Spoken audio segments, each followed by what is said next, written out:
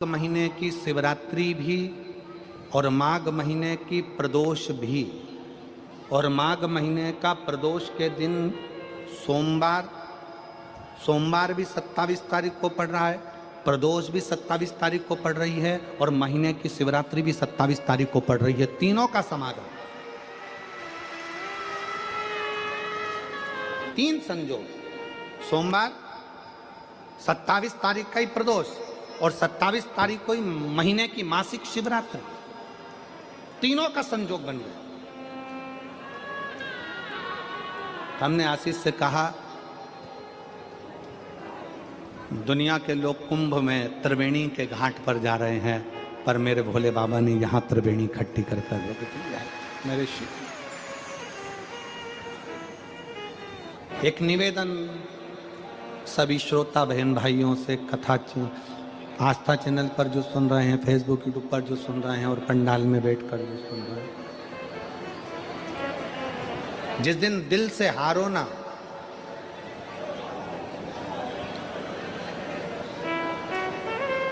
थोड़ी तकलीफों में अगर घिर जाओ, तकलीफें आ जाए, कष्ट आ जाए, तकलीफें जिस दिन तुम्हारे भीतर बहुत ज्यादा मात्रा में आ जाए, उस दिन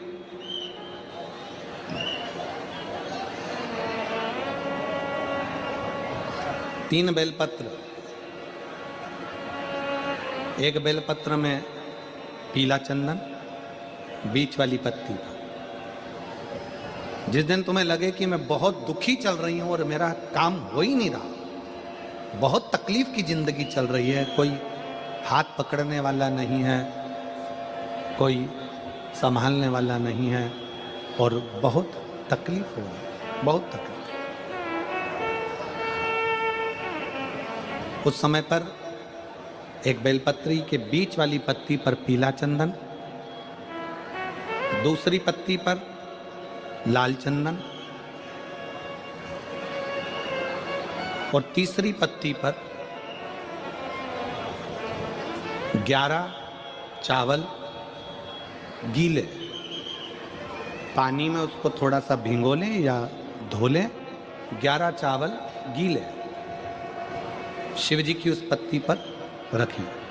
सबसे पहला पीला चंदन का बेलपत्र, दूसरे नंबर पर लाल चंदन का बेलपत्र, तीसरे नंबर पर जो 11 चावल आपने धोकर रखे हैं वो हाथ की हथेली में रखना है और हाथ की हथेली में रखकर अपनी कामना कर कर भगवान शंकर से विनय कर कर पंचाक्षर मंत्र नमः शिवाय या षडाक्षर मंत्र ओम नमः शिवाय या श्री शिवाय नमस्तुभ्यम बोलकर उस बेलपत्र पर सीधे हाथ में रखकर उल्टे हाथ का स्पर्श कर कर बाबा से अपने मन के भाव कहकर शंकर के शिवलिंग पर उसे समर्पित कर दीजिए। एक ही लोटा जल, जहां से जल बहता है अशोक सुंदरी वाली जगह, एक ही लोटा जल, जहां से जल बहता है उस जल बहने वाली जगह पर 3 बार उस जल को अपनी कामना कर कर श्री शिवाय नमस्तुभ्यम या पंचाक्षर मंत्र या षडाक्षर मंत्र बोलकर 3 बार उस स्थान पर गिरा दीजिए। गिराने के बाद में बाबा से विनय कर कर अक्षत वाली जो बेलपत्र है, एक बेलपत्र और एक अक्षत उसमें से अपने लिए लेकर आ जाओ। उसको 2 महीना 3 महीना अपने घर में रखिए। जितना भी दुख है धीरे धीरे बाबा समाप्त कर कर खुशियां घर में लेकर आता ही है। दुख समाप्त होगा, खुशियां घर में आएगी जरूर।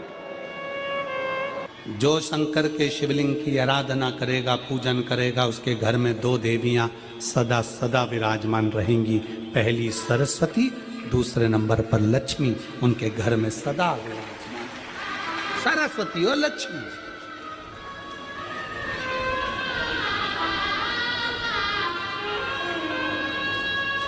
एक देवी का फूल होता है, शायद मुझे उम्मीद है कि आप सब जानते होंगे। एक देवी का फूल होता है जिसको जायसोन या गूलर का फूल भी कहते हैं, घंटी वाला फूल भी कहते हैं, लाल कलर का होता है। काय का बोलते हैं इधर? गुड़ल, गुड़हल का फूल, जायसोन का फूल लाल कलर का होता है, जिसमें घंटी निकली रहती है एक छोटी सी, उसमें पीले पीले पीले पीले दाने रहते हैं।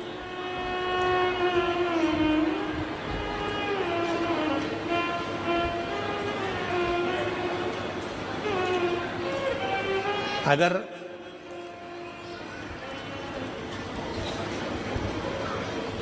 मान लो कोई बेटा बेटी, कोई लड़का लड़कियां, कोई बेटा बेटी, नवयुवक बच्चे या बहुएं या कोई अन्य व्यक्ति भी कोई कार्य चालू कर रहा है, मान लो कोई कार्य आप चालू कर रहे हैं, एजुकेशन के लिए बढ़ रहे हैं, या आपने कोई लक्ष्य बनाया है कि मुझे इस कंपटीशन एग्जाम में बैठना है, इस कंपटीशन एग्जाम में बैठना है और मेरा इसमें पास होना जरूरी है, और मैं जो चीज पढ़ती हूं ना मैं भूल जाती हूं, मैं अध्ययन करता हूं और भूल जाता हूं।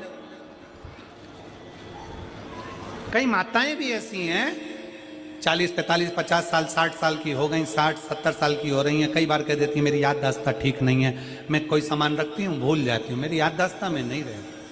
कोई भाई भाई लोग कह देते हैं मेरी याददाश्त में नहीं रहता, भूल जाता हूँ।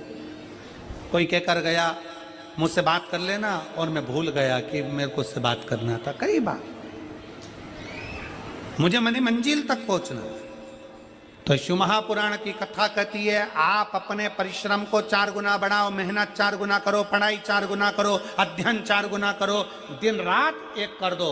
और साथ में जो अशोक सुंदरी की जगह है, ये शिवलिंग समझ लेना जरा, ये जलाधारी पार्वती जी का हस्त कमल,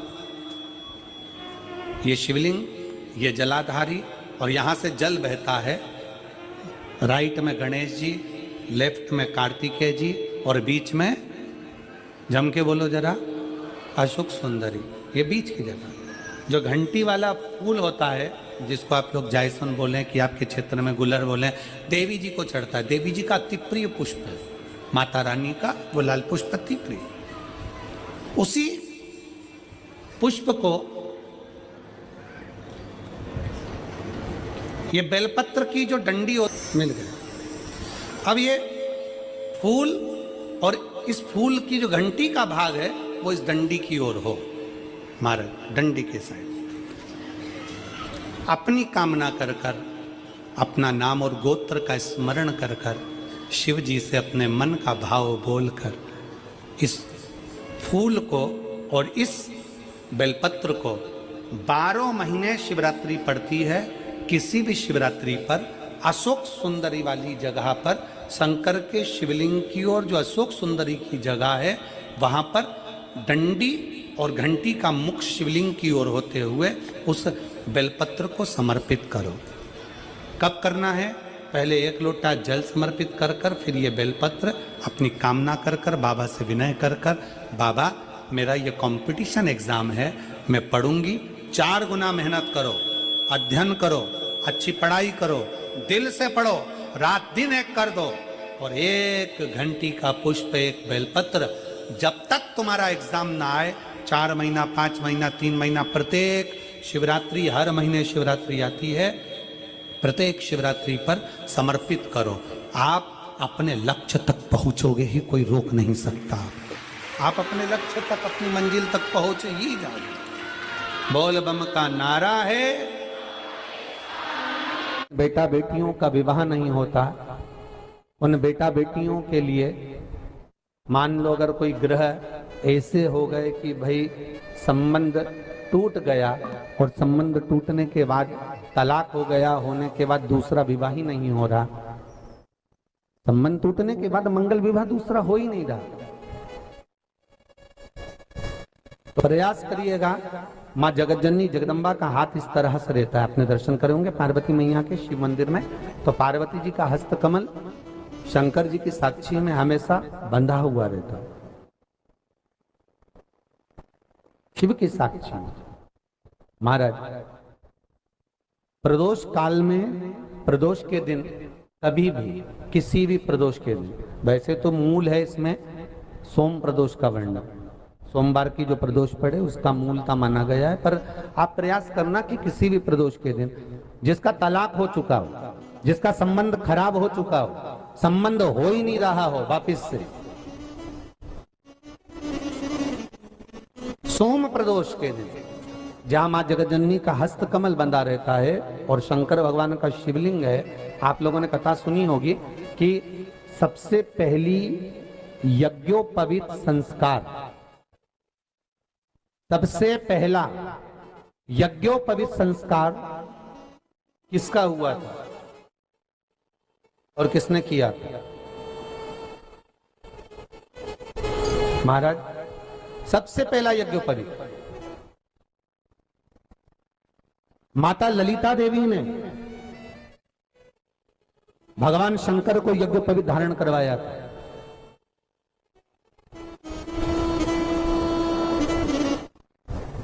मां ललिता देवी ने